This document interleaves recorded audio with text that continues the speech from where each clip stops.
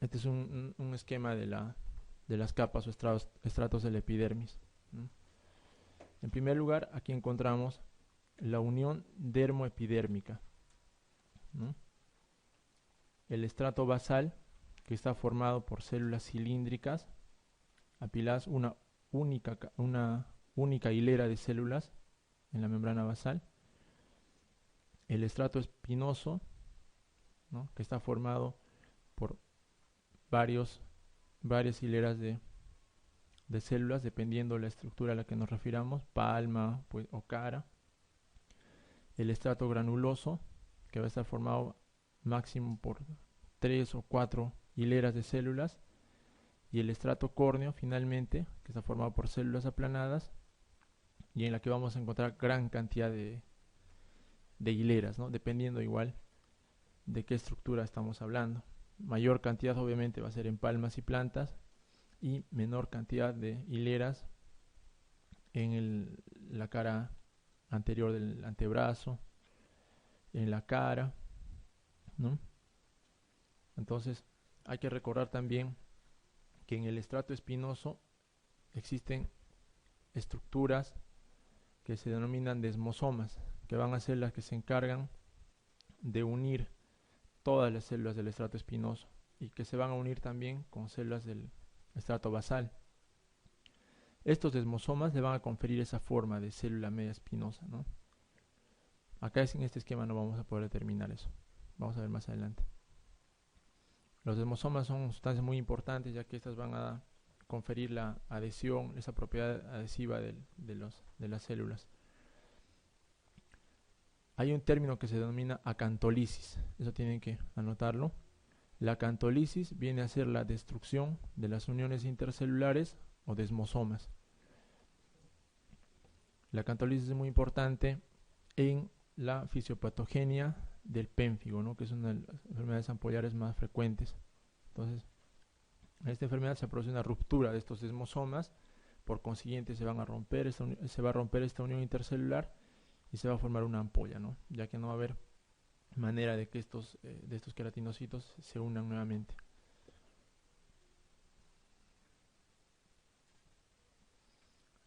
Hay que señalar también que en esta lámina basal o membrana basal, ojo, se encuentra intercaladamente algunas otras células, como habíamos hablado, las células de Merkel y los melanocitos, ¿no?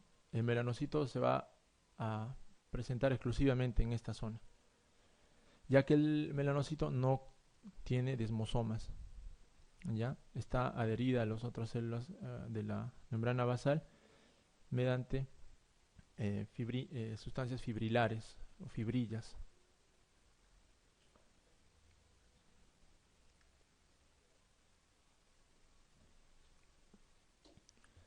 A ver, una pregunta. El estrato de epidermis que puede estar ausente es, habíamos hablado entonces de las 4 principales capas de la piel, ¿no?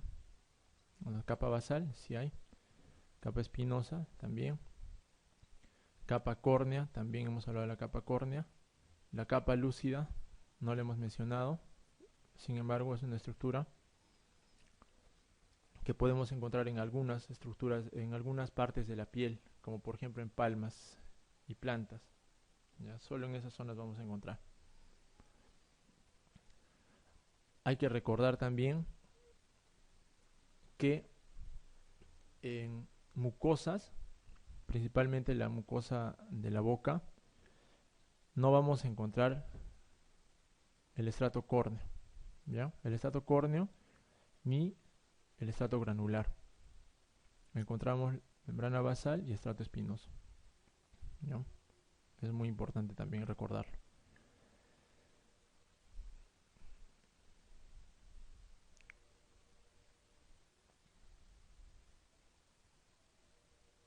La capa lúcida no se encuentra o puede estar ausente en algunas zonas del cuerpo.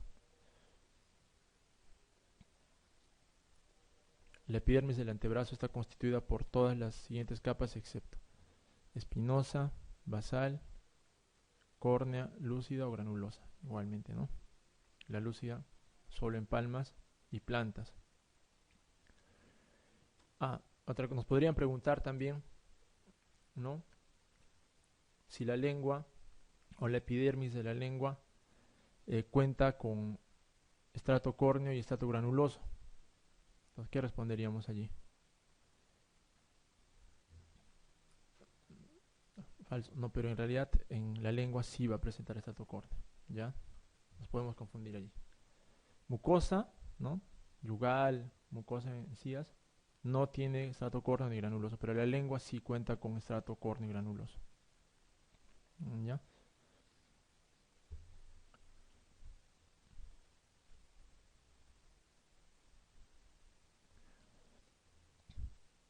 Entonces, primero vamos a hablar de la capa basal, ¿no? Que es la estructura principal de la epidermis, es de la que a partir de ella se van a formar el resto de estratos, ¿no? El estrato espinoso, el estrato granuloso y el estrato córneo, ¿ya? Es una hilera de células cilíndricas con el eje mayor vertical y su división o mitosis da origen a las células de las capas suprayacentes. Acá vemos una imagen de las células basales. A ver, los melanocitos son células especializadas de la piel que se ubican en la epidermis a nivel de capa basal, ¿no? Eso ya hemos visto, solo en la capa basal. No vamos a encontrar melanocitos en la capa espinosa, ni en la capa córnea, en la capa lúcida. La capa reticular no hemos visto en la epidermis, ¿no es cierto? Entonces, la respuesta B.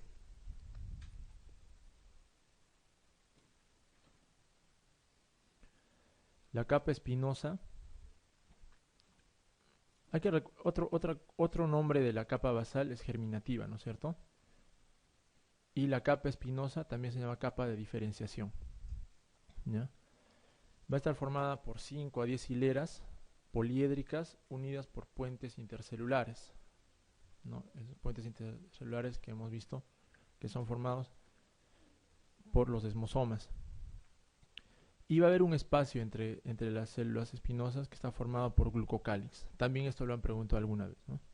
¿Qué sustancia es la que va a estar rellenando los espacios intercelulares a nivel de la epidermis? Es el glucocálix. En esta imagen vemos claramente, ¿no? La capa basal con células cilíndricas aplanadas verticalmente,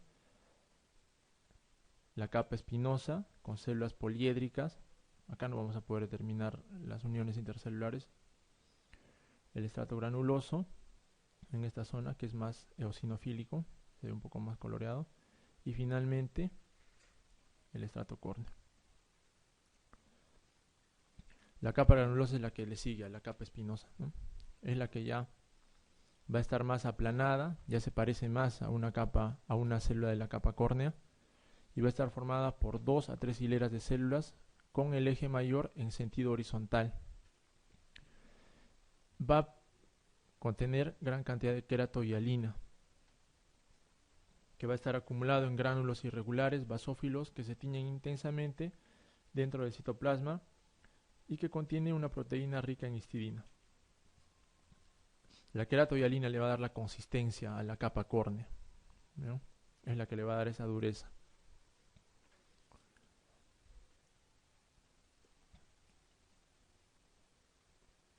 Los melanocitos son células especiales de la piel que se ubican en la epidermis a nivel de la capa basal. Están repetidas esta pregunta. Acá también hay un esquema para que recordemos la estructura de la piel. Es muy importante recordar la estructura de la piel, ya que a partir de tener un claro concepto de lo que es la histología, la anatomía del sistema tegumentario, nosotros podríamos determinar a qué nivel está una o fisiopatogénicamente a qué nivel se presenta el daño al ver nada más una lesión, ¿no? Por ejemplo, si vemos una placa descamativa, ¿no?, eritematosa, como es en el caso de la psoriasis, obviamente si es placa va a haber una hiperplasia, ¿no es cierto? O sea, va a haber gran cantidad de células, va a haber una hipertrofia, hiperplasia de células a nivel de la capa espinosa. Y el eritema se forma por una elongación excesiva de las papilas dérmicas, ¿no? Ya que estas son las que contienen las estructuras vasculares, ¿no? Se forma lo que se llama la epidermis en guante, ¿no? Entonces hay una elongación excesiva de las papilas dérmicas que van casi hasta la capa externa, con una hipertrofia de la capa espinosa. Entonces eso le da la coloración rojiza, ¿ya? Y la placa se forma por la hipertrofia de la capa espinosa. Entonces siempre hay que tener en cuenta eso, la estructura básica de la piel. Aquí vemos la dermis, la capa basal. Acá vemos, miren, células basales. Vemos por aquí melanocitos con sus dendritas, ¿no? La capa espinosa. Acá vemos, miren, por esto es que se llama célula espinosa, ¿no? Esquemáticamente podemos ver los desmosomas o uniones intercelulares. La capa granulosa, que va a ser la que se va a encontrar entre la capa espinosa y la capa córnea, es una célula más fusiforme, más aplanada, que todavía contiene citoplasma. En el citoplasma se va a encontrar queratohialina a manera de gránulos. Y finalmente el corneocito, que va a ser la estructura principal de la capa córnea, que es una célula totalmente aplanada, ¿ya?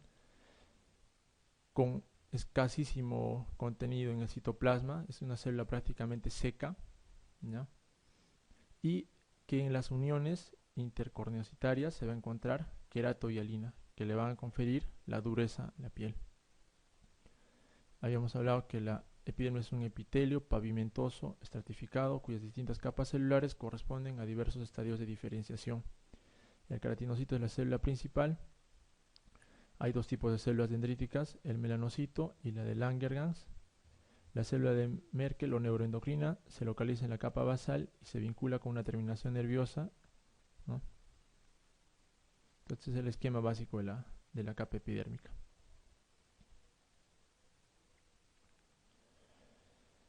Vamos a hablar de las células de la epidermis. El queratinocito es la célula principal, corresponde al 90% del total de células que se encuentran en la epidermis, y la función principal es formar la capa córnea y sintetizar queratina, ¿ya?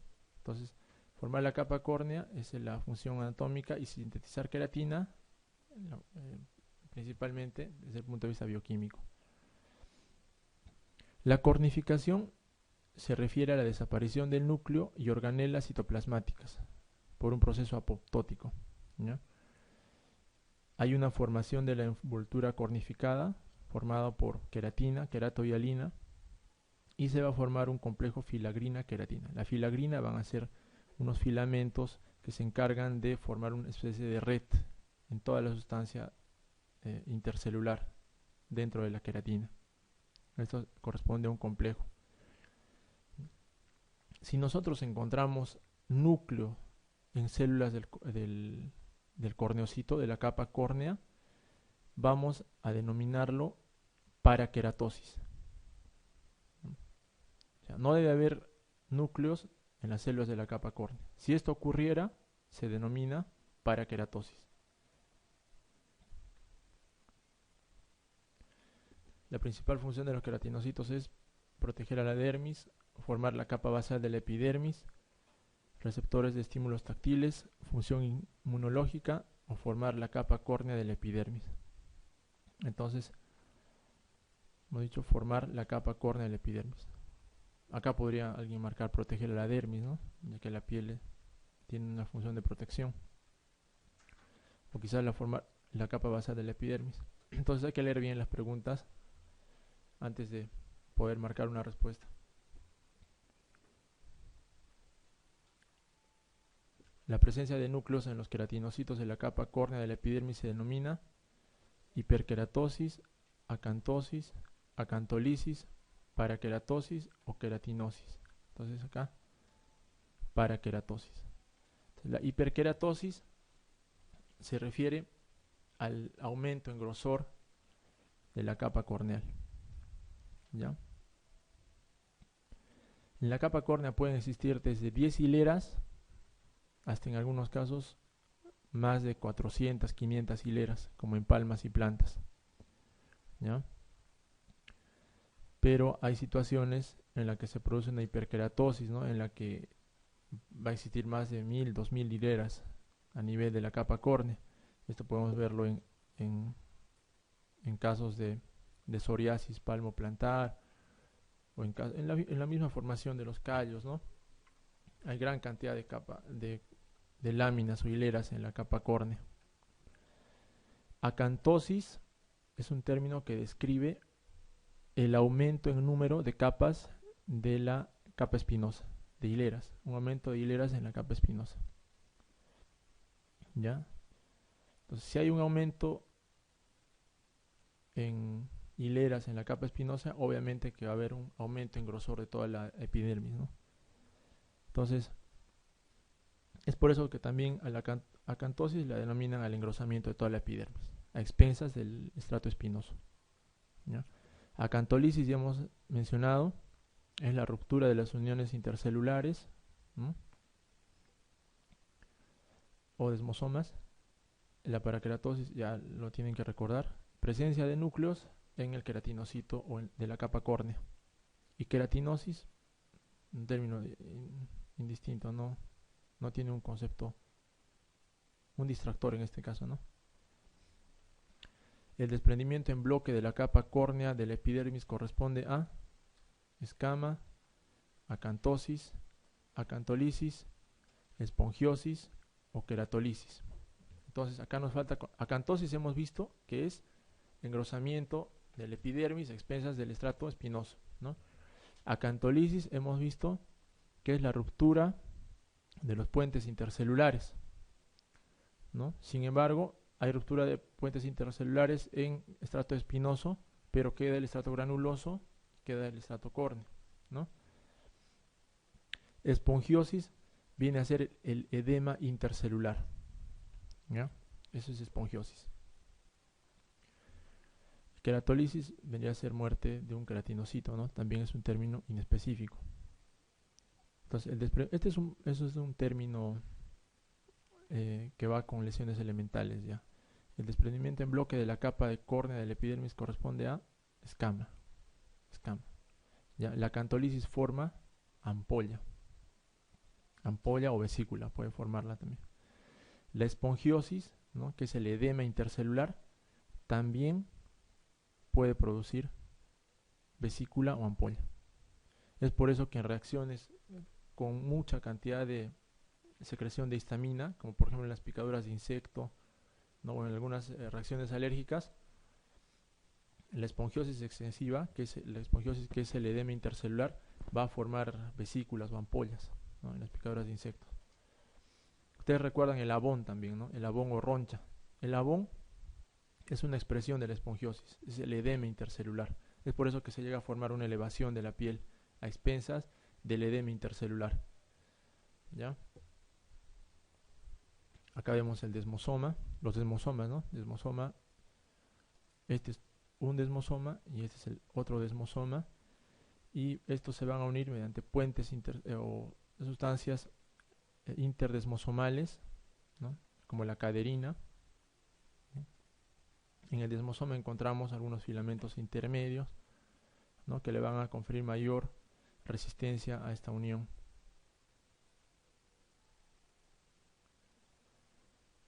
Histológicamente, el edema intra e intercelular de la epidermis sin ruptura de los desmosomas corresponde a edema, ampolla, acantolisis, espongiosis o queratolisis.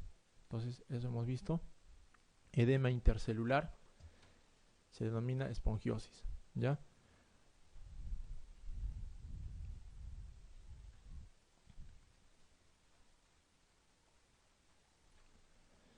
El edema a nivel de la epidermis con destrucción de puentes intercelulares y separación de células entre sí se denomina vesícula, ampolla, acantolisis, espongiosis o queratolisis. Entonces, cuando hay destrucción de puentes intercelulares, hemos hablado de acantolisis, ¿ya?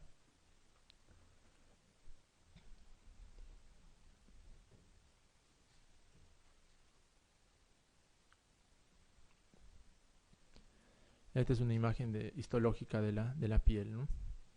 Vemos la epidermis con el estrato córneo, con mayor captación del colorante, hematoxilina y eosina. Vemos la dermis y vemos más al fondo la hipodermis. Debe estar formado por gran cantidad de lobulillos que contienen lipocitos o adipocitos, ¿no? O células grasas. La dermis, una dermis reticular profunda y una dermis papilar o superficial.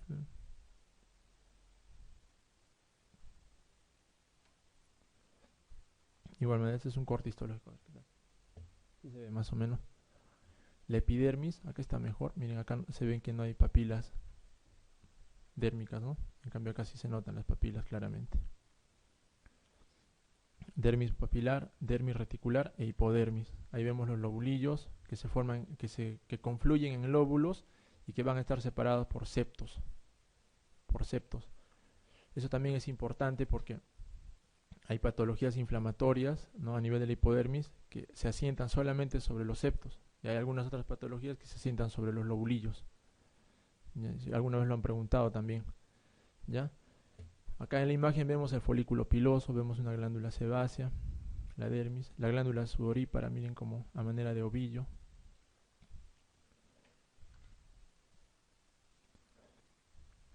Acá vemos, ¿no?, una papila. Debajo de la epidermis se aprecia la dermis papilar, constituida por tejido conectivo laxo con abundantes capilares sanguíneos. Forman las papilas dérmicas que se proyectan hacia la epidermis, ¿no? Acá vemos la capa córnea, un estrato espinoso adelgazado. Esta tinción media marronácea corresponde al pigmento melánico. Otra cosa que hay que recordar, que la melanina principalmente se va a encontrar en la membrana basal, en los núcleos de la membrana basal. Ya no es en todas las células del estrato espinoso, granuloso ni córneo. Principalmente esta melanina va a proteger a las células de la membrana basal, ¿no? Lo cual es lógico, ¿no? Porque la membrana basal es la que va a producir la diferenciación celular, ¿ya? Y se nota acá claramente, ¿no? Miren esa coloración marronácea en la capa basal. Este es un corte transversal, miren, del folículo piloso, ¿no? Vamos a ver la estructura más adelante. Acá vemos el corte de una glándula sudorípara.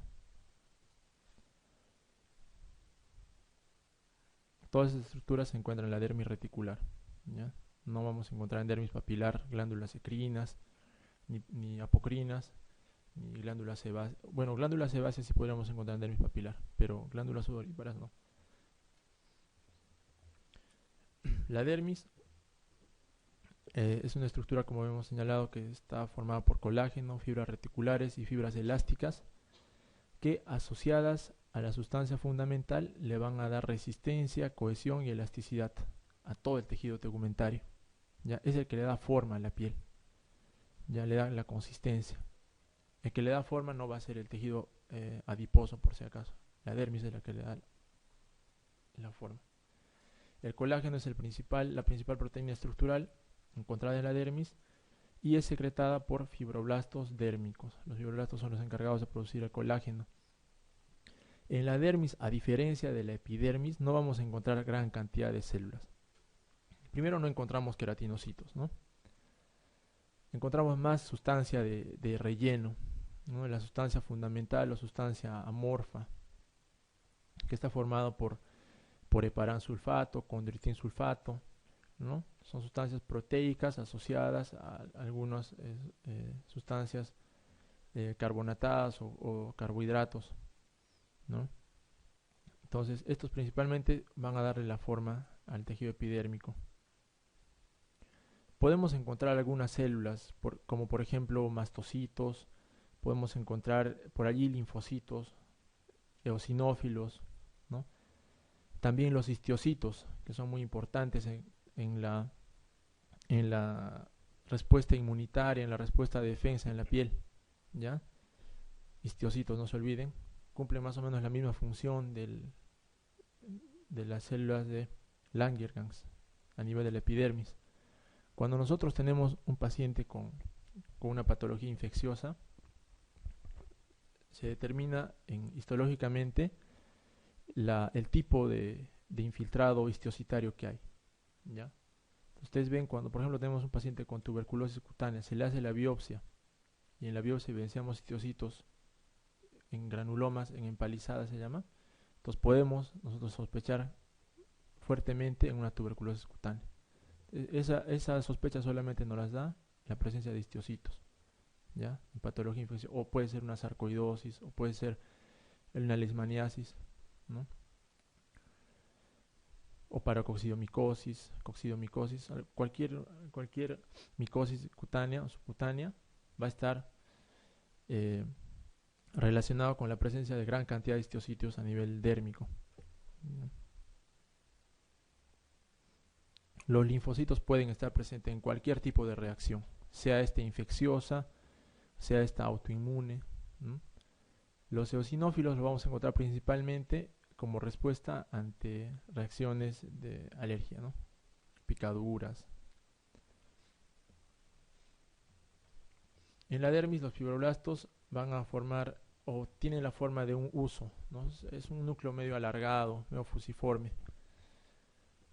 Producen fibras colágenas, reticulares, elásticas, producen colagenasa y sustancia intersticial.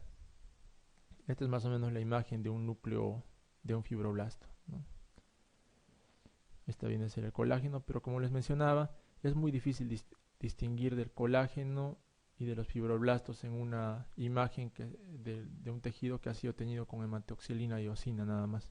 Se utilizan otro tipo de colorantes para determinar exactamente la ubicación de los fibroblastos. El histocito, hemos señalado, son monocitos tisulares derivados del sistema retículo endotelial y tienen una función fagocitaria. Responden muy bien ante infecciones, ante agresiones.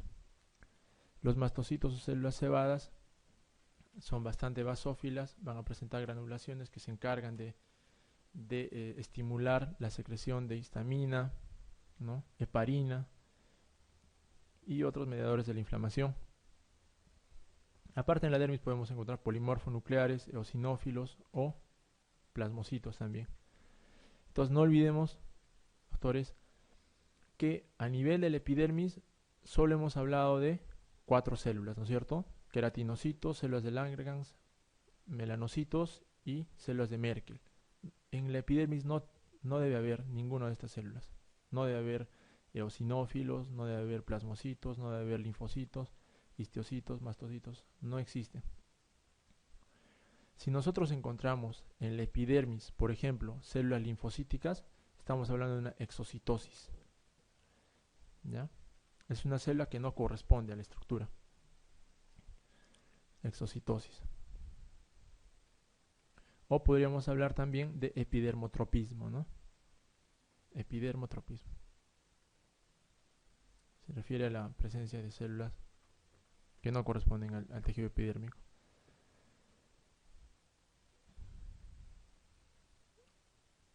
Ni siquiera eritrocitos, ¿eh? En la epidermis no debe haber otras células que no sean las 4 que hemos mencionado. Si es que existiera alguna, ya se estaría pensando en alguna patología. En dermis sí encontramos todas estas células. En la dermis vamos a encontrar además vasos arteriales, venosos, linfáticos. Vamos a encontrar nervios, ya hemos hablado, ¿no? Los órganos sensitivos, ¿no? Que corresponden al tejido nervioso. Corpúsculos de Meissner, que son los mecanorreceptores. Corpúsculos de Batter-Pacini, que se encargan de determinar o de la sensibilidad a presión. Los corpúsculos de Krauss, frío, y las terminaciones nerviosas libres que se encargan de captar el dolor y el prurito, ¿ya? Acá nos faltarían las de Ruffini, ¿no es cierto? La de Ruffini es de calor. ¿Cuáles son las principales estructuras nerviosas en el tejido tegumentario? Las terminaciones nerviosas libres. Estas son las más importantes, ¿ya? Las de Meissner también son muy importantes, son mecanorreceptores. En realidad las terminaciones nerviosas libres son capaces de diferenciar cualquier tipo de sensación, ¿no? Frío, calor, presión, por eso son las más importantes. En la dermis también encontramos músculos erectores del pelo, encontramos la unidad pilosebácea y encontramos glándulas ecrinas también. Entonces no se olviden de esto. Alguna vez han preguntado, ¿no?, estas cosas elementales, ¿no? ¿Qué función cumple el corpúsculo de Meissner o el de Pacini o el de Krauss? ¿No? Las terminaciones nerviosas libres, esas son las más importantes. En cuanto a los vasos sanguíneos, estos van a formar plexos, subcutáneo, subdérmico y subpapilar. ¿Ya? Vamos a ver en una imagen ya adelante cómo más o menos se dispone cómo se disponen los vasos sanguíneos a nivel de la dermis. El flujo sanguíneo, todos sabemos, tiene mucha importancia en lo que es la termorregulación. La vasodilatación produce calor, la vasoconstricción va a producir frío, ¿no? Miren acá, vemos el corte transversal de unos vasos, ¿no? En este caso, arteria. La luz arterial y las células que forman la arteria. Fibras de colágeno y reticulares. Esto es dermis.